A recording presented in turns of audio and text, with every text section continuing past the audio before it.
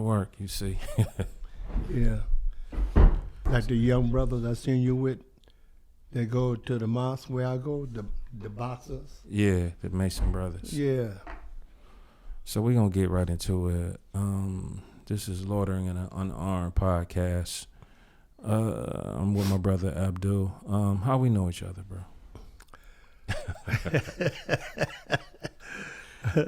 Well, Brother Jamal, I've been knowing you when your father thought about it. Mm. You know, me and your dad go back 50 years. And your mom and my wife go back 50 years or more. They went to school together. I didn't know that. Yeah. So this was what, 1960? This was the late 60s? Yeah. How long you been Muslim? Well, you know, if you look at it, how long I've been Muslim, I started out going to the nation when I was like 17, but to really be practicing like I am now, I would say probably a good 10 years to be really practicing my Islam. Let's go back to when you was 17. You know what year that was? Yeah, 1958. 1958. So let's peel back the layers of that a little bit, because it's like, paint a picture for me. It's like being a young black man in 1958. The landscape, the climate, I don't know what was going on. I guess is it Martin Luther King? Is it Malcolm still alive? Like, paint me a picture. Are we in Vietnam War yet? The presidency, Cleveland, kind of paint a little picture for me on what it was like. Well, 1958. I guess sometime it's causing on the area that you was in. Different type of things was going on. Just so happened that I was involved with a group of guys, and we formed a singing group called the Dianes. And at that time, we became a very popular group on the east side and the west side of Cleveland.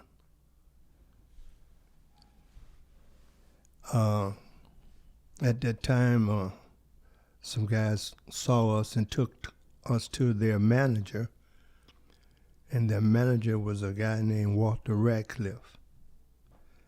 And he was like a miniature Berry Gordy at that particular time, because he sponsored a lot of, not sponsor, but coordinated a lot of young groups from the neighborhood of Glenville area, East Cleveland area, 105 and Superior area. But he just didn't have that pull at that particular time. But he was really a Berry Gordy right here in Cleveland. What was the inspiration for getting into this group of this band? Was it mostly jazz at the time? Was it like Miles Davis era? What was the? Well, at that time it was like doo-wop groups. But I've always been interested in music. I used to play trumpet. So you was playing that in high school? In junior high school and in high school. What high school you went to? I went to East High. I went to East Tech for about a year, and I got in a little trouble, and they made me go to East High. What trouble? Why was it trouble? Well, you want to talk about it? Yeah.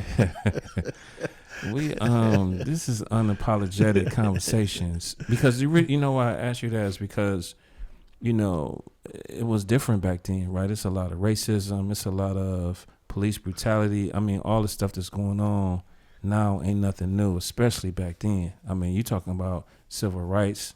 You talking about your parents. Like, go back a little bit. Your parents kind of moved from like I know most of our parents moved back from the South. I mean, migrated from the South up here because of the economy was a little bit better. It was easy to get work. So, getting in trouble may be kind of subjective to, that's why I was kind of asking. Oh, well, talk about, your parents coming up just real quick. You ain't got to get too deep, but. Well, I was in a home that my mother and my brother and sister. Now, my stepfather, he worked at Republic Steel. And my father worked at Ford Motor Company. And I later got a job at Ford Motor Company while I was still in high school. But when I think back on my teenage years coming up, it seemed as though that I was always trying to do something constructive to stay out of the streets. When what was you seeing in the streets? Well, I wasn't really in the streets. That's what I'm saying. I mean, what was you seeing anything, or you was just kind of? Oh well, yeah. I was raised down on 61st at the dead end street off of Woodland. I stayed down on 38th and Quincy. And I moved to 61st in Short Scoville. On Friday night, there was always entertainment. Mm-hmm. Used to have some people in the neighborhood. Or one lady used to call her track star. She was one of the wine heads on the corner on 63rd. We used to have a guy named Ripshaw. He used to get drunk and walk down the street singing Good Night Irene all the time. It was one corner down on 63rd in Short Scoville where I guess mostly the people that lived in that house was either wine heads or crackheads. Well, they didn't have crack then. Yeah. But junkies, know. Mm-hmm. Was what around this time? It's like no wars or nothing yet, right? So still, is it civil rights? Is it segregation? Is any It was segregation. It was a war. Probably people had just getting through with the Korean War. So brothers was coming back. Yeah, junkies the Korean War. Okay. And when I went into the service. When was this? And when I was like 20. Hold on, go back to before you went to the service. So you was like 17, you in this group, and then you got with the nation, right? That's what you said? Yeah. Before I got what made into this group, I used to, when I was like in junior high, I played trumpet. Mm-hmm. And they used to have a Keen Tut drum and bugle corps right behind Shallow Baptist Church. And I played in the drum and bugle corps when I was like 13 or 14. We used to travel around the city doing different events, and especially for the holidays of Labor Day or Memorial Day, a lot of times we would parade downtown or through the neighborhood. But that was before I got into a singing group. The singing group, every neighborhood had a singing group. Mm-hmm. And so y'all would battle and see who was the best and all of that stuff. Well, they had a lot of places, activities where teenagers used to go and enjoy themselves. but and we used to sing around a lot of the different where people usually have cabaret parties. We used to sing at Prince Hall. We used to sing at the Elks. We used to sometimes visit to the prisons and sing in the prisons or even in some of the hospitals. We had a fan club before we even ever made a record, and we had ladies that were members of our fan club in all of the different high schools in the different areas. So they knew when y'all was coming they would have flyers and stuff. You was getting letters and stuff at the house? Yeah, we used to get letters. We used to get cards, but we had... You thought you was on your way to start them? Yeah. At that point? Yeah. Well, we thought that's what we was pushing for. Yeah. To get a record deal. Yeah. They had a local guy named Bowie Recordings, and we went over there and recorded and made some demos. In the big studio or no? Right up on 105. This was a small... small studio. Go ahead. Yeah. I mean, not like now. Everybody got a studio in their house now. Yeah. You know, but...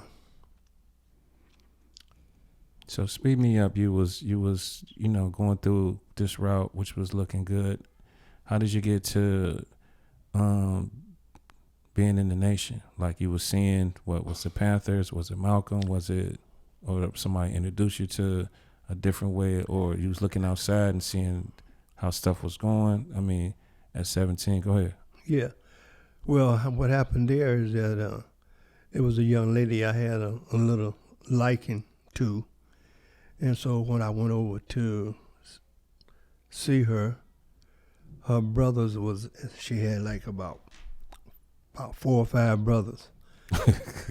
and they said, well, if you're coming up in here, you gonna have to go to the nation. Mm. You know, I said, well, okay, I'll try it out. So at that particular time, they had what they called a temple then, on 115th and Ashbury. Mm-hmm. So you wasn't hip to no Malcolm. You wasn't was you hip to Malcolm, or was Malcolm doing his thing at the time? No, Malcolm wasn't doing his thing then. Mm. And so I went over there and listened to the ideology of Minister Elijah, and it was real interesting. Mm-hmm. So I kind of hung over there until me and the young lady broke up. Mm. And when we broke up, I broke up. Mm-hmm. Yeah. But then, so then you went to the service right after that? After that. Well, not right after that. Yeah. I didn't go into the service until 60. Yeah. 61. So between that time, it's like you still doing your singing and stuff, right? We were still singing. I sang with several groups. One group, I always tell young men who striving to go into whatever it is that they like to do, is that if a door open up for you, that you should take it and step through it. Because I think of some of the times that we had a audition with Berry Gordy's brother. And at that particular time,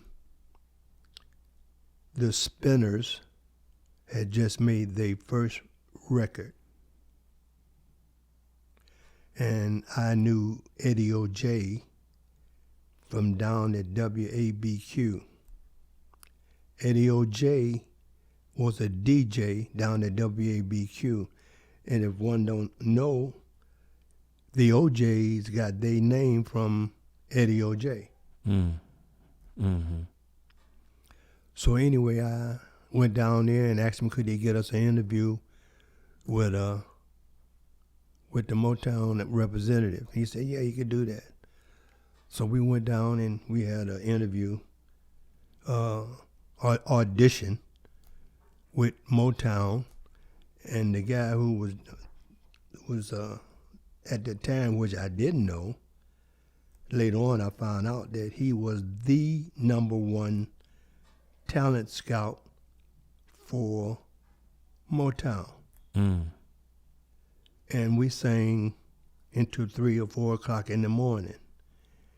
And he gave me a card that said Anna Records. Anna was Berry Gordy's sister. Anna Gordy was Marvin Gaye's first wife.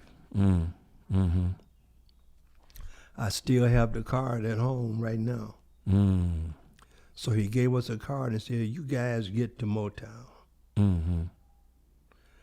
But at that time, I wasn't working. Nobody was working. I had a little raggedy car. It might have made it to Detroit, but at that particular time, I didn't even know where I was living at. I was staying down on 85th and Huff. How old was you? You was 18 at this point? This was shortly 20. You was 20, so this was right before you going to the service. Yeah. How you got drafted? Yeah. I got drafted, and Tell me, what was this, Vietnam? This was Vietnam? I would have been in Vietnam, but I got by having some talent, because I can remember when a guy who had just come back from Vietnam, and we was in basic training, and I remember him telling me, if you got any kind of talent, use it. But at the time, I didn't know exactly what he was talking about. Hold on a second. How did you feel when you got the draft letter? Well, I was ready to go. Was you? Yeah. Why? Because I wasn't working. My unemployment had ran out. So I was looking for them to do that. And at the time they draft me. This is before it got hectic over Vietnam. Oh yeah. They was just putting up the Berlin Wall when I got drafted. And I went through basic training, AIT, and I went through jump school. I was in the 82nd Airborne. You was jumping out of planes. Yeah. How was that? That was great. You had this the first time you fired a firearm before? Yeah, you mean the rifles? Rifle, yeah. Yeah, that was the first time. I know you don't want to say no incriminating stuff from back in the before that, so we're gonna keep it clean. Yeah. So okay, go ahead. So you jumping out of airplane. So you was on another level. You wasn't on the ground. You was special. Well, we was ground troops, but because we had to jump to get to where we to the ground. Got you. Yeah. It's just like what they call it, DMZ is a area that you drop. But the easiest part of jump school was jumping out of the plane. But if I was going to be in the military, I wouldn't be in anything but being in the airborne. But because it is a special unit. So Vietnam is coming around, and how did you get out of that? Well, they said, okay, you guys are going to Germany. You guys on this side is going to Vietnam.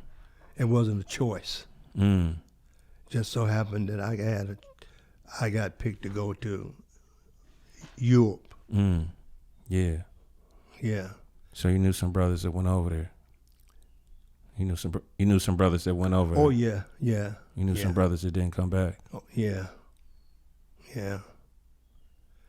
It's some brothers that I was in the service with that I am friends with right now. And I think about the things that I did coming up as a teenager and how those things benefited me when I was in the service. Like what? Like I played in the drum and bugle corps when I was a teenager. Mm-hmm. Just so happened when I went into the service, they started up a drum and bugle corps. We was a special unit that paraded for the generals. So by me playing in the drum and bugle when I was in junior high, that helped me to be in that position to play in the drum and bugle corps in the service. Mm. That is one of the talents that this guy told me about that I never did reflect on. Mm-hmm. I ran track in high school. Mm-hmm. They had a track team start up when I was in the service. Yeah, you was I good ran with track. that too? I ran track. You was singing too, right? Yeah, I did a little singing in the Army, but not a whole lot. You was mostly in the band. Yeah, we marched, yeah. No, I'm talking about when you went back before, when you was like, before you went over there, you was always on the instruments. You wasn't ever singing, right? Oh yeah, I was still singing. I didn't play in a band. I just did mostly singing. Okay, I got you. Yeah. So Vietnam was going on. You did your term and made it back safe. Oh yeah, yeah. How was it when you got home? Well, how long did you do? the first you mentioned about segregation and yeah, that kind of thing. Yeah. I can remember the first time that I had someone tell me that I couldn't eat in a particular place. I had on a uniform. But that was the beginning of the civil rights movement of protesting and sit-ins and demonstrations because it was 1961. And I was in Little Rock, Arkansas, where they had the governor stood in front of the door at the Little Rock Junior High School. Mm-hmm. So all that was really going on. Mm-hmm. But I didn't really entertain that when I got down to Arkansas. Why? Because you was doing your own thing. It was just the norm. Yeah, it was just I wasn't even thinking about it Mm-hmm. until we got off the train. Oh, before I could go back. Go ahead. We got off the train, and we was going to get us something to eat. And at that particular time, there was a lot of guys from Chicago, Detroit, and Cleveland. And we got off the train, and so we went into this restaurant, and the lady said, you guys can't eat here. And I remember it was one guy that was with us. His name was George Hines. He's from Detroit. After we had went into 2 or 3 places, it sort of dawned on us that they wasn't serving us because we was black. We wasn't thinking about they didn't serve us because we was black. I was thinking that they didn't serve us because it was off limits to soldiers. Mm-hmm. Until the brother called us over and said, hey, yeah, you guys can't go in there and eat. Yeah. And I can remember being down there in Fort Smith, Arkansas, which was like next door to Little Rock. And we went to the movies. We went through the back door. Mm-hmm. You wasn't doing that before, like back in the city before you left? It wasn't... Here in Cleveland? Yeah. Oh, no. It was just the black folks was in their spot. You was just in the hood, and that was just... Back then, when I was coming up, every neighborhood had a show. Every neighborhood had its own stuff. Almost had their own show, almost. Yeah. They had your own... Everything was all black owned. Grocery store, hardware stores, everything was all... Right. For the most part. Go ahead. Integration separated the black community. Mm-hmm. Because you had your own grocery store. Mm-hmm. You had your own barber shop. Unless you went The money stayed right in the neighborhood. Yeah, unless you went downtown, right? Yeah, but ain't a whole lot downtown. Yeah, right, downtown. Yeah. Okay, go ahead. So you seeing this... we had to go all the way up to the projection booth. Mm-hmm. But before that, let me go back. Go ahead. When we got off the train, and we went into this one store, and the lady came out and said, "You guys can't eat here, but he can." And he was talking to George. And he said, "Well, they can't eat here. I'm not going to eat here." And he turned the table over. But by the time we got outside of the restaurant, the police was there and put us up against the wall. Y'all had y'all uniforms on? Yeah. Go ahead. And they put us up against the wall, and they called the provost marshal. What's that? The military sheriff. Mm-hmm.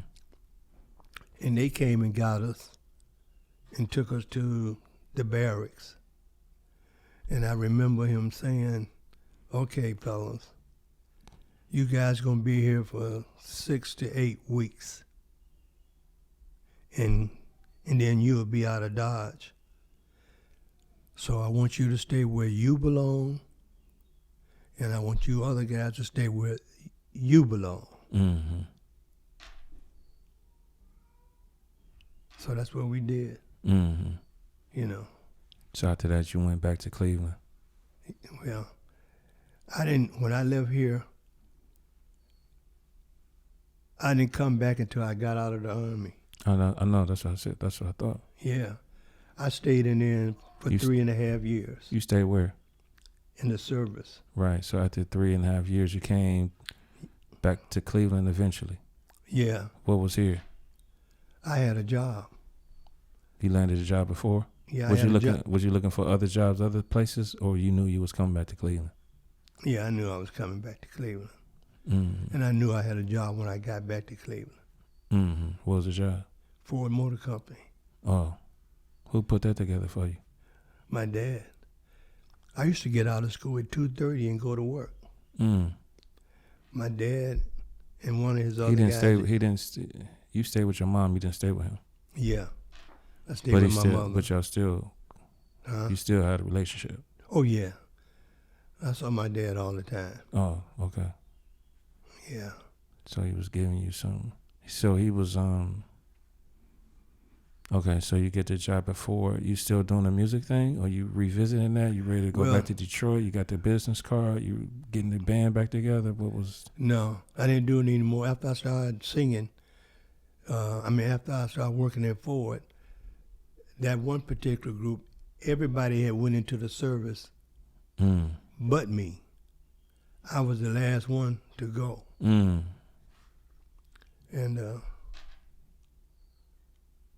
I got laid off from Ford. Then I went into the service. Then you came back, and then you got another then I gig. got my and you job got back. Was you in EC yet, or no? Was you in East Cleveland yet, or no? No. I was still staying on 85th and Huff. So at this time, you just doing a status quo. You just working and just keeping your head down. Having kids, getting married, all that stuff came next, right? Yeah, well. I mean, you know. Yeah, but I didn't. I got married in 1966, June. So I stayed single for a little over a year before I got married. You was bought a house. You had the GI Bill. You buying cars. You had some money in your pocket. You was Yeah. What was the landscape like when you got home? Was it Cadillacs? Was it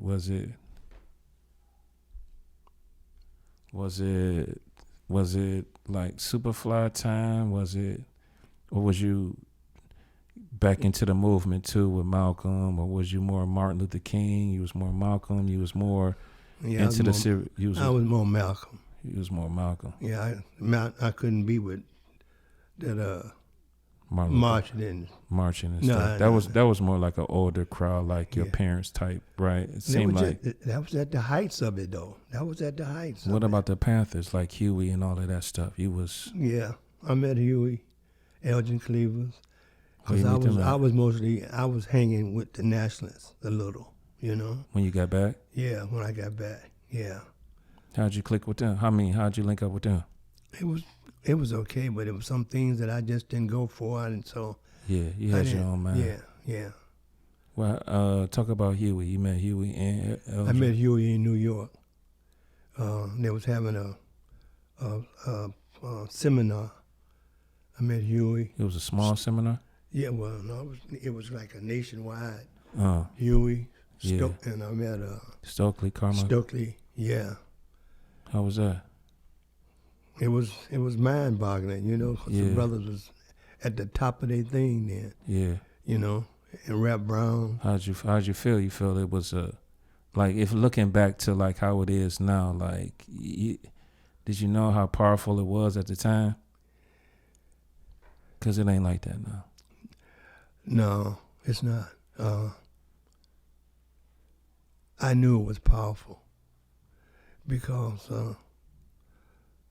sometimes I used to just do some things just by wearing my dashikis and Yeah. kufis, and Yeah. you know, it represented some strength. Yeah. Did you make it over to Africa yet, or that came later? I hadn't made it to Africa yet, but I did go to Africa in 1975. Where'd you go? I was in Nigeria. How was that? It was great. I went over there because I was in an African Studies program at community college, and they had a chance for some of students to go for a summer program, and I was one of the ones that was fortunate to go. But it really came down to if you had some money, because everybody couldn't go. Mm-hmm. So due to the fact that I had a job and I could afford some of it, Mm-hmm. I let someone else go instead of me going. Mm. I mean, I went, but I Mhm. didn't, you know, I let them get the money to pay for them, you know. Mm-hmm. Female? Yeah, I stayed. I stayed over in Nigeria about 6 weeks, Yeah. like the whole summer. Yeah. You We came back stayed- a changed man. Yeah, we stayed. Most of the time, we stayed on college campuses. We stayed at a hotel one day, and one night we stayed out in the village. Mm-hmm. But was it definitely different than the landscape in the States? You Right. know- And go ahead. my feelings, when I think about it, back then, we as black folks had a lot of influence on the Africans and what they thought. Mm. They wanted to be like us. Mm. But when you think about it, there's always been divide and conquer. Mm-hmm. Because you still had the house Negro Mm-hmm. in Africa, Mm-hmm. and you had the field Negro, Mm-hmm. like Malcolm said. Yeah. So you filtering all of this stuff that's going on, right? You trying to, on the creative end, you still got the creative side of you still going, flowing. You making a living too, right? Speed me up to East Cleveland. Was that shortly after? Is that was kind of Shortly after I got married. you moved to EC? Why? Yeah. Why East Cleveland? Well, I was living right on the outskirts of East Cleveland. I bought a house. Mm-hmm. I bought a house, and Nice right house. off of Hayden. Yeah, nice house, nice street. I used to Yeah. come over there and play. Yeah. I used to Tyrone is a little older than me, Yeah. but I came over there and kicked it with him. Yeah. He had a lot of toys. He had more than I had. So I used to like, man, I need to take this with me. Yeah. I used to be taking this toy, not all of them, It but was okay. he he had these army men. Army men was the stuff he had. Man, I was like, y'all was taking care of him. But so tell me about East Cleveland. It was like Cleveland Heights? It was it University Heights back then? Was it more Pepper Pike-ish? It wasn't quite Pepper Pike-ish, but Well, the community, it was. I guess it's probably more like Cleveland Heights. it's like Cleveland Heights at the time. Yeah, mostly because I can remember they used to pick up the trash twice a week. So You it's could clean. you should be able to leave your doors open. A lot of amenities too, right? So it wasn't those malls and superstores or nothing like that. Everything, the butcher, the shoe shop, the hardware store, the bakery, all of that was. They had that East Cleveland Severance Mall up off of Taylor Road there.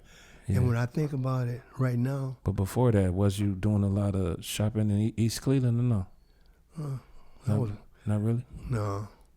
Was you going to the grocery store and all that? Well, the grocery store is right up the street. That's what I said. Yeah.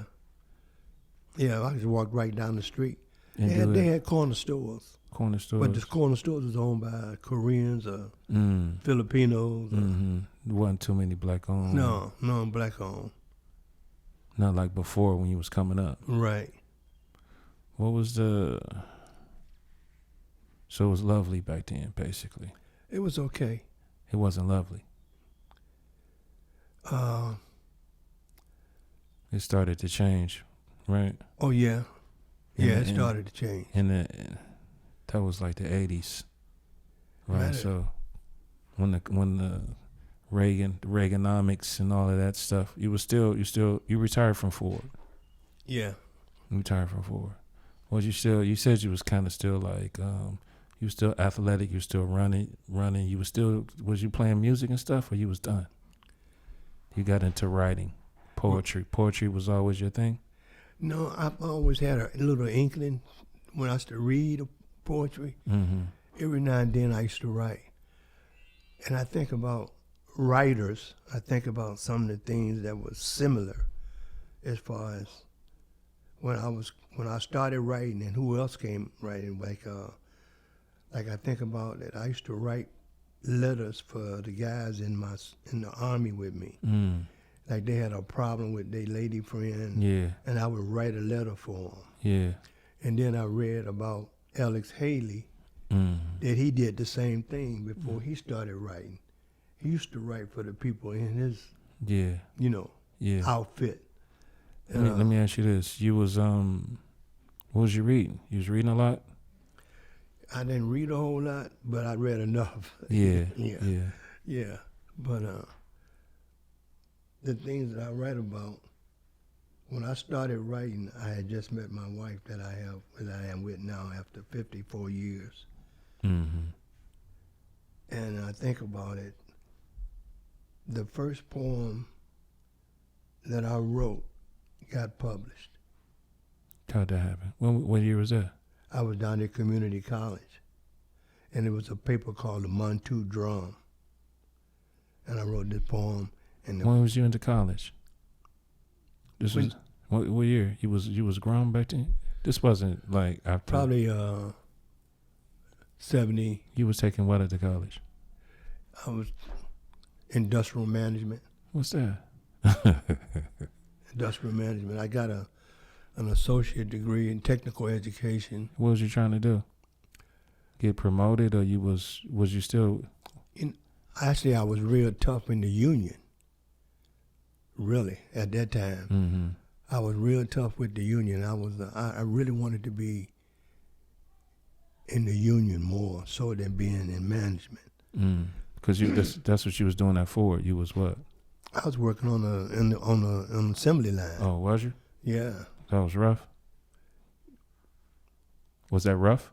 Yeah, it was rough. What shift was you working? Well, they wrote it. You got bumped around sometimes. Sometimes I was on the afternoon shift. Most of the time I had enough seniority to stay on day shift, but sometimes you got bumped around, and I didn't have it, and I had to work on the afternoon shift. So was it standing up a lot? Standing up? Like from maybe 3 to 12. Yeah, standing up a lot? The what? Standing up a lot? Like, oh, yeah, standing up. Standing up on that shift, yeah. Yeah. I eventually... So you was trying to get in the union to get off that line? Yeah. Take some classes? Yeah.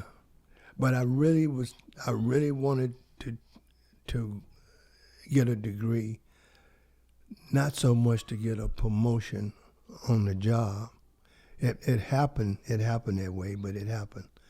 But for my dad, because my dad didn't even get out of elementary school. Mm-hmm. He went straight to, well, that wasn't practical back then, right? So it's not. Yeah, I mean, being in Alabama down there. Yeah. So getting a nice job, like, when he if came I could up, just, so if I could just skip school and just go make some bread, then I mean, you know what I mean? Like, I'm all for that. Yeah. So you got your first poem published, right? And then he was like, what? That was a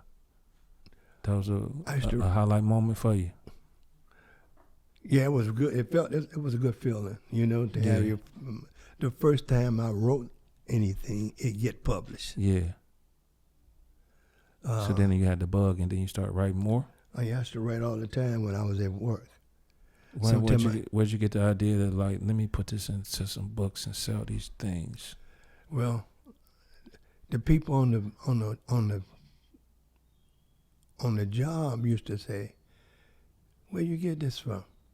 Some of the brothers. Yeah. Where you get that from, man? I said, I just wrote it. Yeah. He said, oh, man, you ain't wrote that. I said, yeah, I just wrote it. Yeah. But I used to write, and then I used to make copies and pass them around at some of the people on my job. Mm. And pretty soon they would say, man, you need to start putting some of this stuff in a book or something. Mm-hmm. And but I had a middle school teacher that she just passed about 2 years ago. I took some stuff to her, and she read it, and she sent me to another teacher, and he read it and copied most of my stuff. He copied it? Yeah. And did what with Took it? my idea because at the time... He did what with it? He published it? He had his own little thing, yeah. When I first started writing, I didn't write but nothing but about black women. Mm-hmm. Black love. Shout out to the women. Back in 1970. Mm-hmm. Because I felt that black men wasn't giving black women their praise, their props, their dues, their respect, the things that deserve. So I wrote about sweet black woman, dear black woman, evil black woman, moody black woman, all the facets of black women. And then I started writing about a bunch of other stuff. Mm-hmm. But mainly black women was your my main focus was black women. He was he was trying to alleviate or you was just from your viewpoint. And I still do. Yeah. I still do write the same thing. Yeah. You felt what? You felt what? Like, you just broke it down, what you was feeling, what you was seeing. Was this what you was seeing? Was this in the media? This was like everything you was kind of... Everything that I wrote about was about them. Yeah. Cause you're a romantic guy. You're a romantic guy. Is that part of it? Yeah. Yeah. It just come easy to you. I feel you. Yeah. So speed me up to now. You've been you got a new project that you're working on, but this is not your first collection, is it? No, this is my second collection. What you do? My second collection. What you do different this time? I just more of it. More of it. But I also got a space in this book about Black Lives Matter. I got you. So it's some old stuff, some new stuff, some Right, some and current then it's stuff. the new stuff about Black Lives Matter. So you're still currently writing today? Yeah. Different Matter stuff. of fact, I was thinking about it. I want to write a letter to Essence magazine, and I was thinking about how I want to phrase it, and because when I think about it, I want to write the letter to them, because every cell, every molecule, every atom in my body, and I know you're gonna know what I'm getting ready to talk about, is because I want them to. I always try to insert our religion a little bit sometimes. Yeah. But I want them to know how deeply I feel about them. That it's that surah that says, I know I can't think of what surah it is, but the ayat says, if every ocean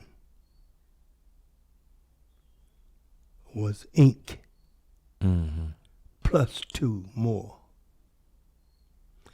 and every tree was a pen, that you can never write everything about Islam. And that's how I feel about black women. Talk about it. If all the oceans was ink and all the trees was a pen, I could never write enough about a black woman. I'm taking notes.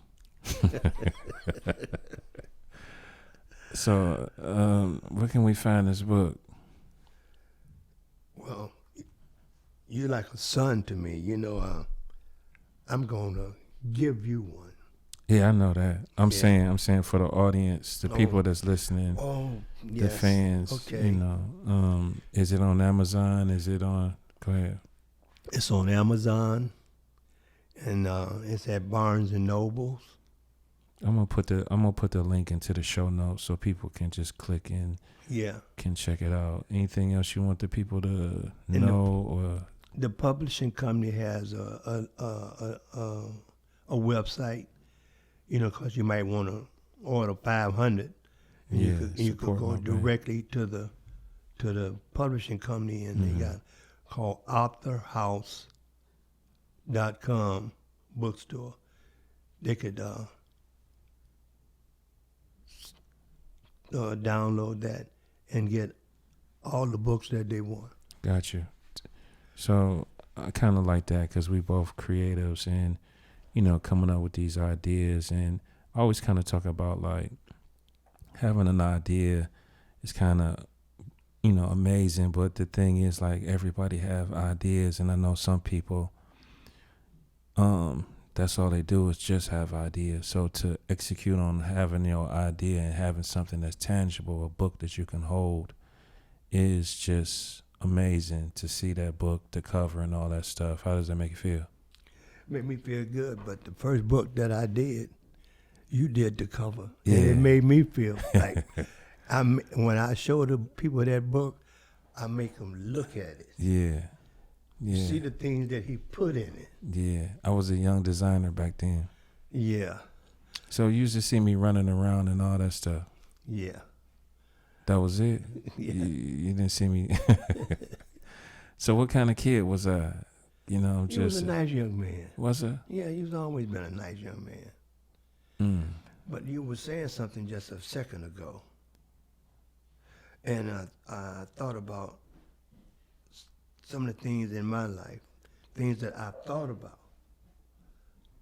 And if you think about something, and if you think about it long enough that you should do something about it, because you could have all the ideas that you want that's busting out your brain, and if you don't put it on some paper or put it and make some use out of it, it's just a thought in your brain. Mm-hmm. It's just an idea. Mm-hmm. I think about 30 years ago, 40 Mm-hmm. years, 30 years, maybe longer, 40 years ago, I thought about opening up on a chicken wing place where they had all the varieties of chicken wings, Mm-hmm. you know, the different sauces and stuff. Mm-hmm. And I wanted to buy that You Burger was- King you was- that was up on Noble Road and Euclid. Yeah. Used to be Mr. Big Boys. Yeah. But East Cleveland didn't want to sell it, and plus I didn't know if I had enough money, but I had thoughts about doing it. Yeah. If I had a did it then, I would have a franchise of chicken wings, because everywhere you go, Yeah. they got buffalo wings, wild wings, and this wings, and everybody got all the different flavors of chicken wings. Yeah. Let But me. it was just an idea. I hate to go back because we was about to segue out, but tell me about like the landscape of East Cleveland and how it changed and what you saw, like how it kind of got deteriorated from, I don't know, Reaganomics, drugs came. Was that kind of the loss of jobs, the businesses left, the mall, Yeah, well, East Cleveland looked like Beirut now. Like I said, you used to leave your doors open. But sometimes people like to blame it on the folks that's in the neighborhood. Mm-hmm. You can't always blame it on the folks in the neighborhood. No, it's the system. It's the system. Yeah. Talk about it. If you don't have any money to pay your taxes, and if everybody is on food stamps, Mm-hmm. you know, you got to have revenue. And if all the factories moved out of the cities and their tax base was Lincoln Electric, Mm-hmm. GE. it's gone. Yeah, Neela Park. Yeah, and General Motors. But So yeah. but I mean, sometimes you think about the things that they have done and still do. I mean, we just saw that last week. With their young brother that they just beat to death. Yeah. Is it wild to you to when we think about how far we went back? You talking about 50 years of just the stuff that you've seen and witnessed, and the changes and how it was and how it, how it is now. Does it is it mind-boggling to see that it's no different from what was going on 50 years ago? Yeah, I think in a way it is. Some of the things are different because I think about some of the things that I've done, and if it was the same atmosphere, I probably would be dead now. Because the way they killing us, said, show me your license, and I reach and give you my license, and they shoot me in the back 6 or 7 times and paralyze me. I could think about a time that I just got off of work. I was working at Ford. I just got off of work. I parked my car because I stayed around the corner from the store. I walked up to the grocery store. I got a little half a quart of milk and some graham crackers.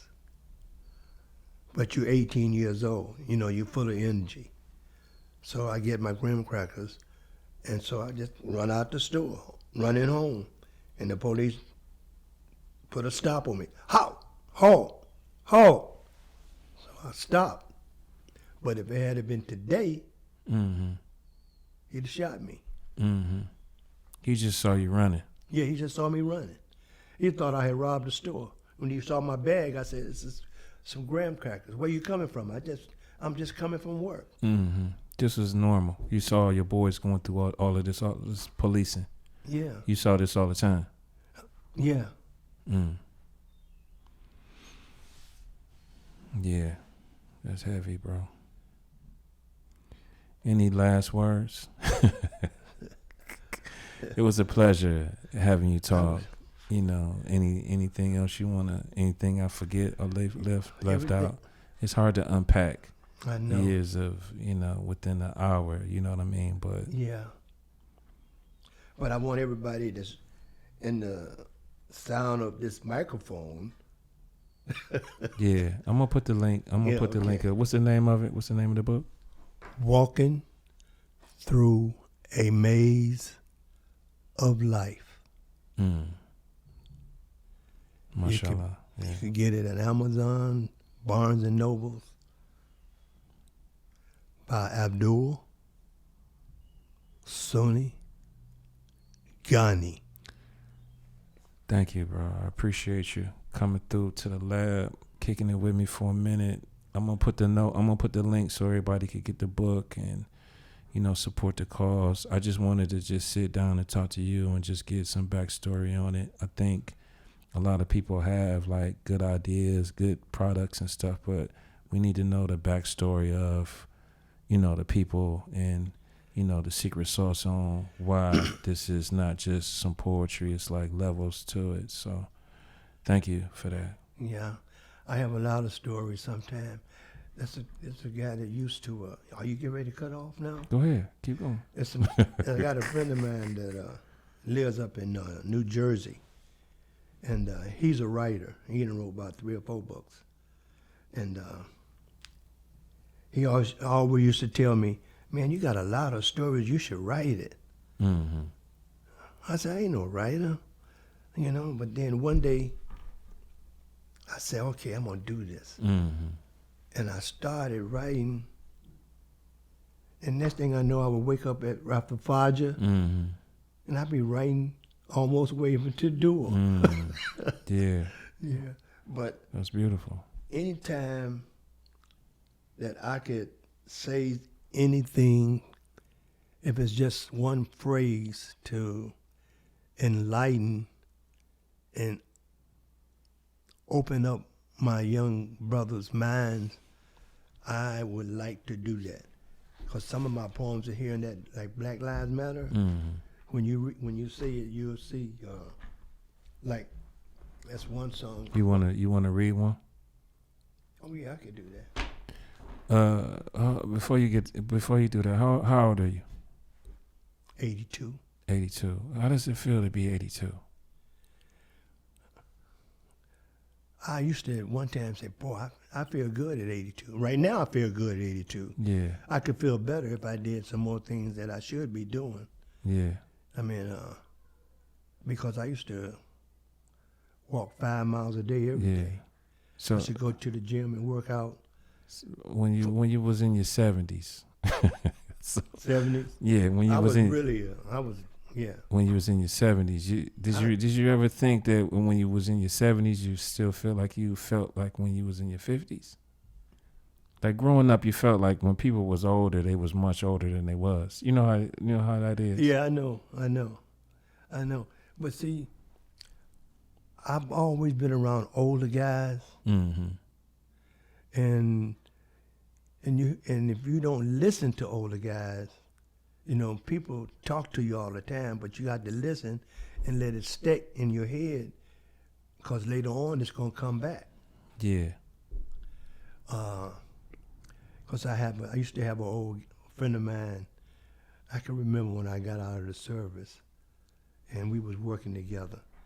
And at the time, he probably was like about 50, 52, 53. Yeah. I was My like, age. Yeah, I was like 22, 20. I just got out of, I was 24. So I'm having a good time in the street. And I remember asking him, how old do you have to be before things stop working?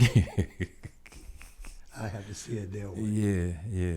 And he said, I don't know. Yeah. I said, oh, man, you old man. You don't know what.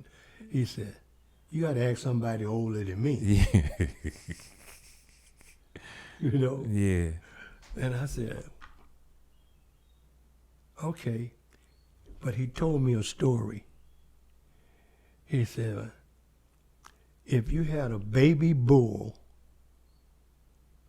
and you went out and you picked, because I told him I think I was having too much fun. Yeah. Otherwise. Yeah. He said, but if you went out and picked up that baby bull and you went out and picked it up every day, 3 or 4 or 5 times a day, Mm-hmm.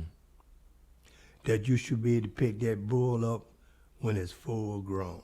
Mm. Mm-hmm. And some of the things that the older people tell you, you don't have to wait till you get old to understand it Yeah. if you listening. Yeah.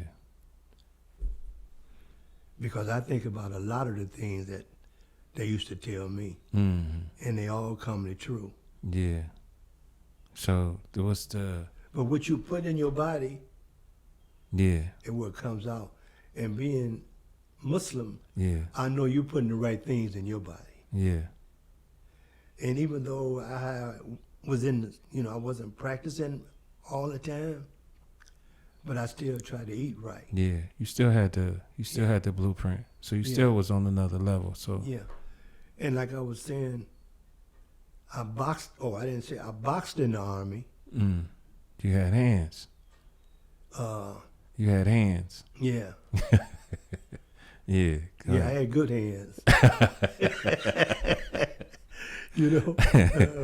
Because when I started boxing, the guys in the service said, "Man, you done boxed before. You ain't know." Was you boxing before you went to the service? No, I used to go over to the POC sometimes. Yeah. But my dad used to train boxers. Yeah. So he gave you some hands. So he gave me hands because every time I was in front of him, Yeah. he'd be doing like, something to me. Yeah. So I didn't realize it, Mm-hmm. but that's why they thought that I had boxed before. Mm-hmm. But I almost came back home, and I almost had a trials for the '64 Olympics. What stopped you? A brother from Cleveland sucker punched me in my lip, and I had like 8 or 9 stitches in my lip. What y'all get into it for? He was full of that oil. Full of that oil. Yeah. And I said, I can't believe that you did that to me. Yeah. I said, but okay. Yeah. Because he was my sparring partner. Yeah. So I warmed his butt every day. Mm-hmm. Mm-hmm. You got it back. Yeah. There's 10 weight classes. Mm-hmm. We took like 6 of the 10 weight classes, and 3 of us was from Cleveland. Mm-hmm. 120, 132 was what I boxed. Mm-hmm. 139 was the other guy from Cleveland, Mm-hmm. and 147 was another guy from Cleveland. Gotcha. 125 was a friend that I talked to right now. I just talked to him the other day. Mm-hmm. He was from New York, and he's still in Atlanta now. Oh, gotcha. Yeah, and my track coach. That's how some things full circle. My track coach, that was over in Germany with me. We still talk and be around each other, and he stayed in Fairlawn. He was a academic advisor at John Carroll. Gotcha. Oh, something I wanted to tell you. Go ahead.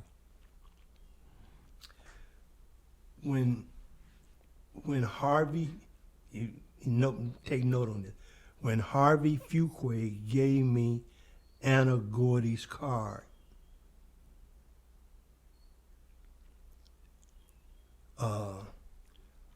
when I came home, I've been home a while, I went up to Detroit to go to the Motown Museum. And they was closing it up.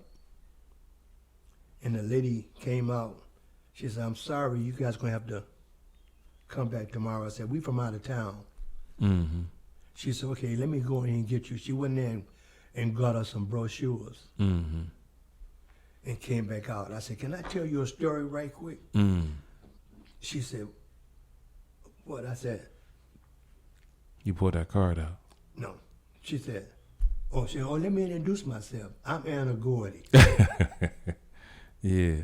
And I said, "Anna Gordy?" She said, "Yeah." I said, "Wow. Can I tell you a story right quick?" Yeah. She said, "Yeah." I said, "Back in 1960, Mm-hmm.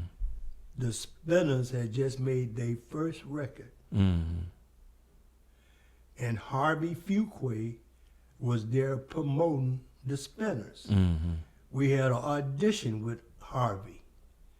He gave me your card and told us just to get to Motown. Mm-hmm. She said, "Well, what happened?" Mm. She said, "Because if Harvey gave you my card, it was a wrap." Wow. That's wild. And that's why I'm telling you, the door open, you got to take it. Absolutely. And at the time, the only people was at Motown Mm-hmm. was the Miracles, the Temptations, Marvin Gaye, and the Contours. Mm-hmm. The Four Tops wasn't at Motown. Mm-hmm. The Supremes wasn't at Motown. Yeah. Stevie Wonder wasn't at Motown. Yeah. We would have been in their first That's right. family Yeah. of Motown if we had went to Detroit. Wow. That's heavy. Yeah. Send us out with a poem. Pick whichever one you want. Okay.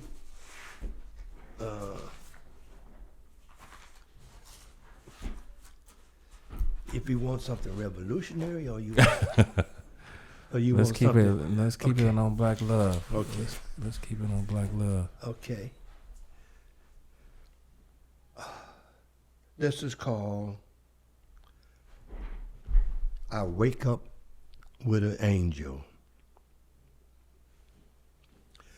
When I wake up and open my eyes and I say, "Bismillah ar-Rahman ar-Rahim," in the name of Allah, the most merciful, the most kind. Allah, I wake up, and I wake up with me, with you. When Allah told Adam, "I am going to make you a wife, and she will be the most beautiful of all the creations I made." But oh, Adam, I'm going to have to make two, because she will only be here in paradise with us for a little while, as one of my servants has been praying for me to send him his wife. And oh, how I thank Allah every day for sending me you. You are one of his angels that he made especially for me. The birds chirp at my window early in the morning, singing because they miss you. And the sun comes out and shines upon your face. I love you so much, I don't want to see anything ever happen to you. You make salty water and black coffee sweet without even putting sugar in it. The flowers wake up when you walk past. He has the wind to blow on you to keep you cool on hot days, and the shade to shield you from the rays of the sun. I don't ever like to raise my voice above a whisper to you. I would give you my left leg, my right arm, and a lung, and my heart if you needed it. All I want to do is to make you smile and to see you happy. I love you until all of the stars have lost their glow and fall out of the sky. I will love you even after all of the oceans and the rivers run dry. And if I could, I would write you a rainbow with all of the colors that you like, and watch you fall asleep as the softness of the moonlight shines on your face, listening to the birds sing as they gently put you to sleep. And I say, Bismillah, Rahman, El-Rahim, and I pray to Allah that He gives me another day to spend with you. Thank you, Allah, for sending me one of your own personal angels to be with me, sleeping with an angel. That was beautiful. Thank you. Loitering in an Arm podcast. That's it. That was dope. Ain't that easy? Yeah.